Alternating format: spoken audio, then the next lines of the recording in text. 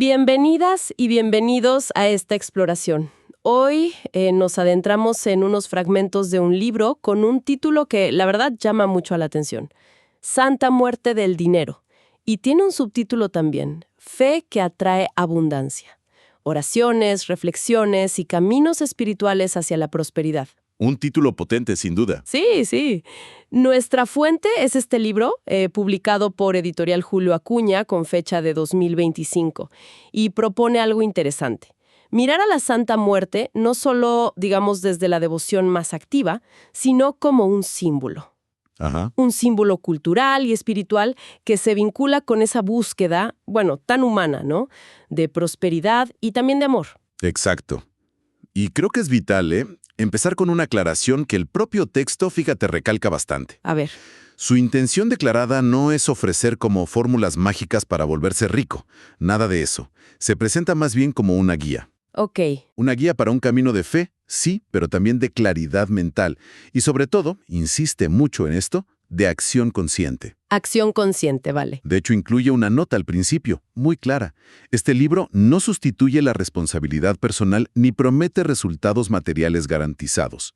La verdadera prosperidad nace de la alineación entre espíritu, mente y acción. O sea, lo deja bien sentado desde el vamos. Perfecto, queda clarísimo el marco. Entonces, nuestro objetivo hoy es desempacar un poco las ideas centrales de estos fragmentos, sobre la Santa Muerte, la fe, el dinero, la prosperidad, tal como las plantea este texto en concreto. De acuerdo. Pues vamos a ello. Empecemos por el principio. ¿Cómo presenta el libro a esta figura? ¿Quién es la Santa Muerte, según este texto? Bueno, el texto arranca trazando un contexto, ¿no? Histórico, cultural. Lo ubica fuerte en México. Ajá. Habla de una figura de devoción popular y sugiere que sus raíces podrían conectar con visiones prehispánicas, donde la muerte no era tanto un final, sino más bien una transición. Sí, exacto. El libro describe justo eso, un proceso de sincretismo, o sea, esa mezcla cultural donde la veneración prehispánica de la muerte se fusiona con elementos de la iconografía católica que llegó con la conquista. Claro, esa mezcla. Y un punto interesante que resalta es que, aunque su culto no está reconocido oficialmente por la Iglesia Católica, pues goza de una popularidad enorme. Sí, eso se sabe. Y particularmente, según dice el texto, entre grupos que se sienten un poco marginados o no representados por las instituciones más tradicionales. La presenta como una figura que, en esencia, no discrimina. Qué interesante esa dualidad, ¿no? Popular pero no oficial. Y más allá de la historia, ¿cómo la aborda simbólicamente el libro? Mencionaste que la ve como un arquetipo. Correcto. La enfoca como un arquetipo potente de transformación. ¿Transformación en qué sentido? Pues como un símbolo universal que representa un cambio profundo. El texto le asocia tres conceptos clave, simbólicos.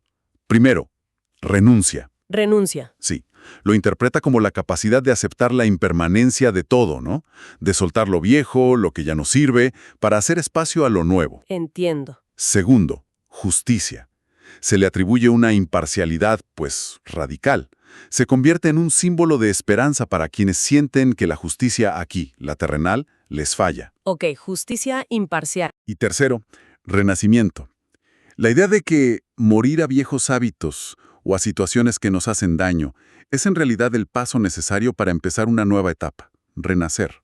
Renuncia, justicia, renacimiento. ¡Wow! Son conceptos fuertes. Ahora, pasando a otro punto, el libro dedica bastante espacio a la conexión entre fe y prosperidad, y hace una distinción que parece clave. Sí, es una diferenciación central, la verdad. Contrasta lo que llama fe auténtica con la superstición.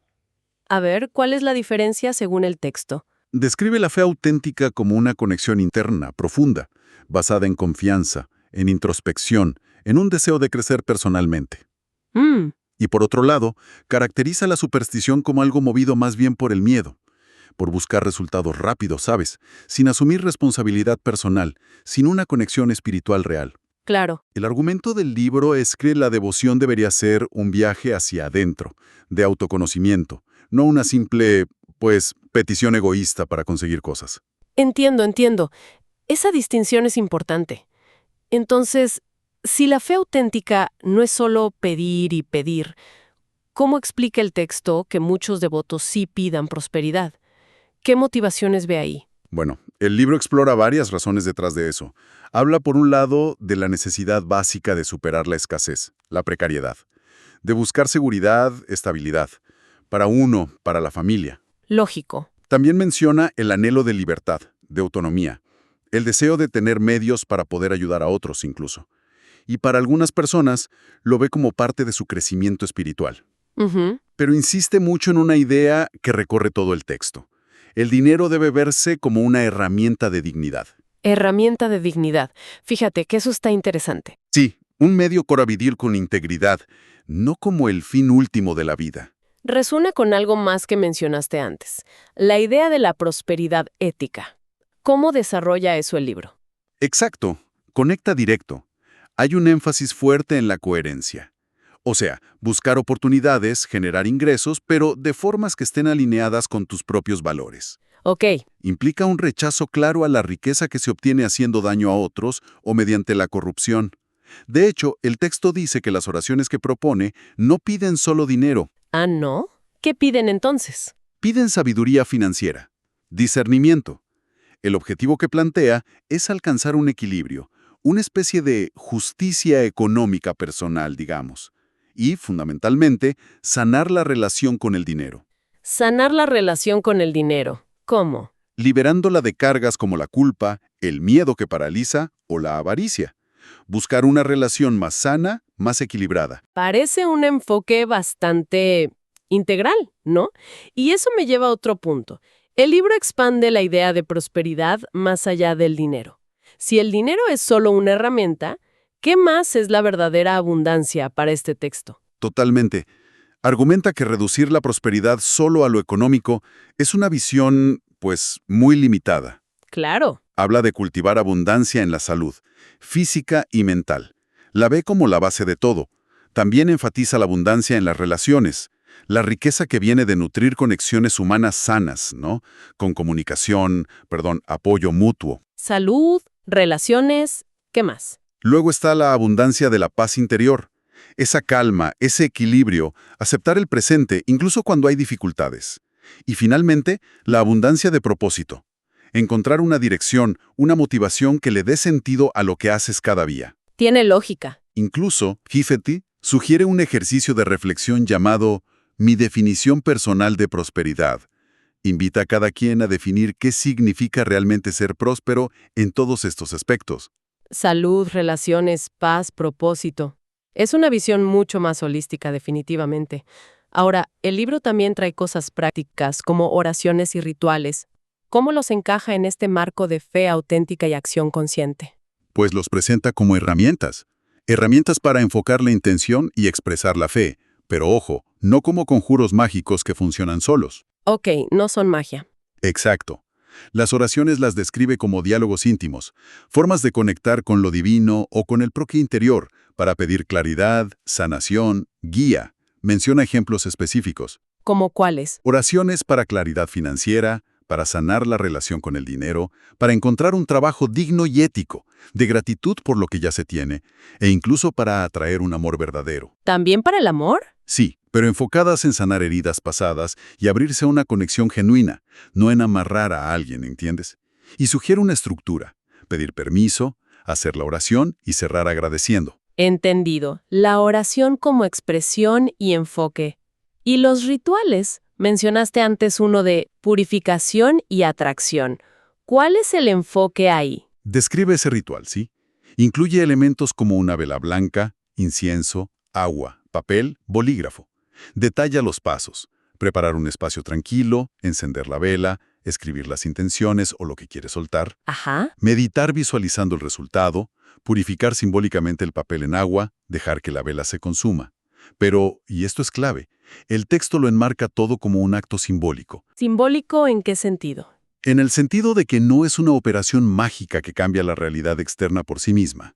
Es más bien una forma poderosa de enfocar tu propia energía, clarificar tus intenciones y marcar psicológicamente el inicio de un nuevo ciclo o un compromiso personal. Refuerza el compromiso interno. Vale, tiene sentido dentro de la lógica que viene planteando. Oye, y también habla de hábitos sagrados. Esa combinación suena, interesante. ¿A qué se refiere con eso? Sí, propone darle un nuevo significado, digamos, a 3 hábitos muy cotidianos viéndolos como prácticas espirituales. El primero es el ahorro. ¿El ahorro como algo sagrado? Bueno, no lo ve como acumular por miedo o avaricia, sino como un acto de fe en el futuro, como una forma de honrar los recursos y prepararse con confianza para lo que venga. Ok, una perspectiva diferente. ¿Cuál es el segundo? El trabajo. Sugiere verlo no solo como la forma de ganarse la vida, sino como una ofrenda consciente. Una manera de expresar tus talentos, encontrar propósito y contribuir al bien común. El trabajo como ofrenda. Y el tercero es la generosidad. No solo dar limosna, sino entenderla como participar en un flujo de energía. Dar y recibir. Creer que la generosidad auténtica, de tiempo, recursos, atención, abre canales para que la abundancia circule también en tu vida. Ahorro como fe, trabajo como ofrenda, generosidad como flujo. Caray, es una perspectiva que sí cambia la mirada sobre cosas del día a día. Y para reforzar esto, menciona también reflexiones diarias, ¿no? Exacto. Propone una serie de 30 reflexiones cortitas, una para cada día del mes, diseñadas para cultivar lo que llama una mente abundante. ¿Tienes algún ejemplo? Sí, ponle el del día 1. Hoy confío en que el universo me guía hacia lo que necesito.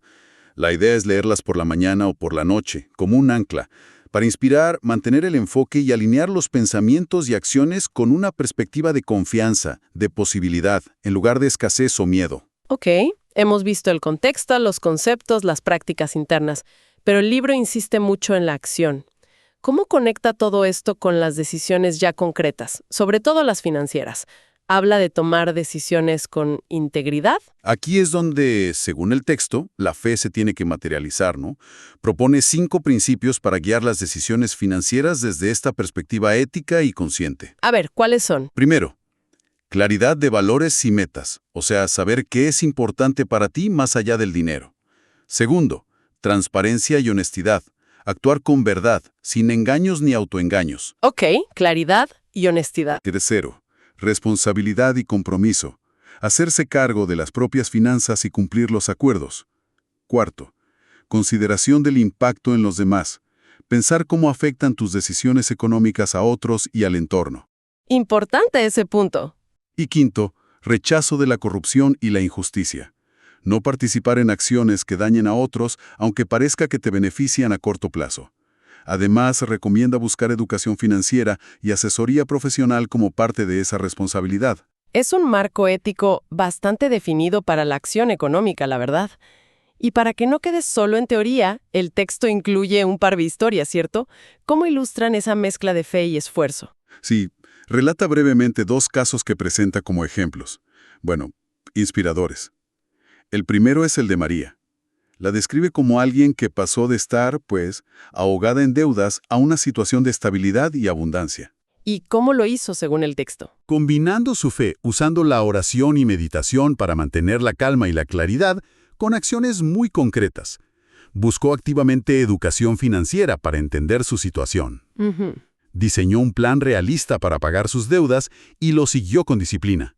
Y estableció el hábito del ahorro constante, aunque fuera poquito al principio. El segundo caso es el de Juan. Se cuenta que descubrió su propósito de vida orientado al trabajo social en un retiro espiritual, que fue como un antes y un después para él. ¿Y qué hizo después de eso? Pues no se quedó ahí. Alineó su vida con ese propósito tomando acciones prácticas. Se puso a estudiar para formarse como trabajador social y empezó a dedicar tiempo como voluntario en organizaciones comunitarias. Conectó su despertar interior con una contribución tangible al mundo. Claro, ambos ejemplos, tal como los presenta el libro, parece que subrayan lo mismo, ¿no? La fe como la chispa, como la guía, la fuente de fortaleza interna. Exacto. Pero inseparable del esfuerzo personal, de la planificación y de la acción coherente en el mundo real. No es esperar que las cosas caigan del cielo. Para nada. Es usar la fe como motor para construir. Bueno, haciendo una síntesis de lo que hemos explorado en estos fragmentos de Santa Muerte del Dinero, pues emerge una visión donde la prosperidad es integral. Salud, relaciones, paz, propósito. Además de las finanzas, claro. Sí, Y se cultiva mediante una fe que es introspectiva, ética y que necesariamente, según el libro, debe traducirse en acciones responsables y coherentes. exactamente. El mensaje que se repite en estos extractos es que la verdadera riqueza está en vivir alineado con tus propios valores y creencias. La figura de la Santa Muerte, en la interpretación particular de este libro, funciona como un símbolo de transformación, Ajá. un recordatorio de la impermanencia, de la necesidad de soltar lo viejo para abrazar lo nuevo, guiando ese proceso de cambio personal y también financiero. Y el texto cierra con una frase que creo que encapsula bien esa tensión dinámica entre creer y hacer. Que tu fe te dé alas, pero que tus manos construyan tu destino. Una frase potente, sí, un llamado a ese equilibrio. Definitivamente. Lo cual nos deja, quizás, con una pregunta para la reflexión personal. A ver, más allá de las creencias individuales sobre la figura de la Santa Muerte en sí, ¿qué pasaría si empezáramos a ver algunas de nuestras actividades más, pues, mundanas, ¿no? Como ahorrar, ir al trabajo cada día, decidir cómo gastamos el dinero? Mm, Si las viéramos no solo como obligaciones o tareas funcionales, sino como hábitos sagrados u ofrendas conscientes, como sugiere este texto. claro. ¿Cómo cambiaría nuestra experiencia y quizás nuestras decisiones si viéramos esas acciones como una expresión tangible de nuestros valores, de nuestras intenciones más profundas? Es un ángulo interesante para pensarlo, ¿no? Sin duda, una pregunta que invita a mirar lo cotidiano con otros ojos. Y con esa reflexión cerramos nuestra inmersión de hoy en las ideas presentadas en estos extractos de Santa Muerte del Dinero.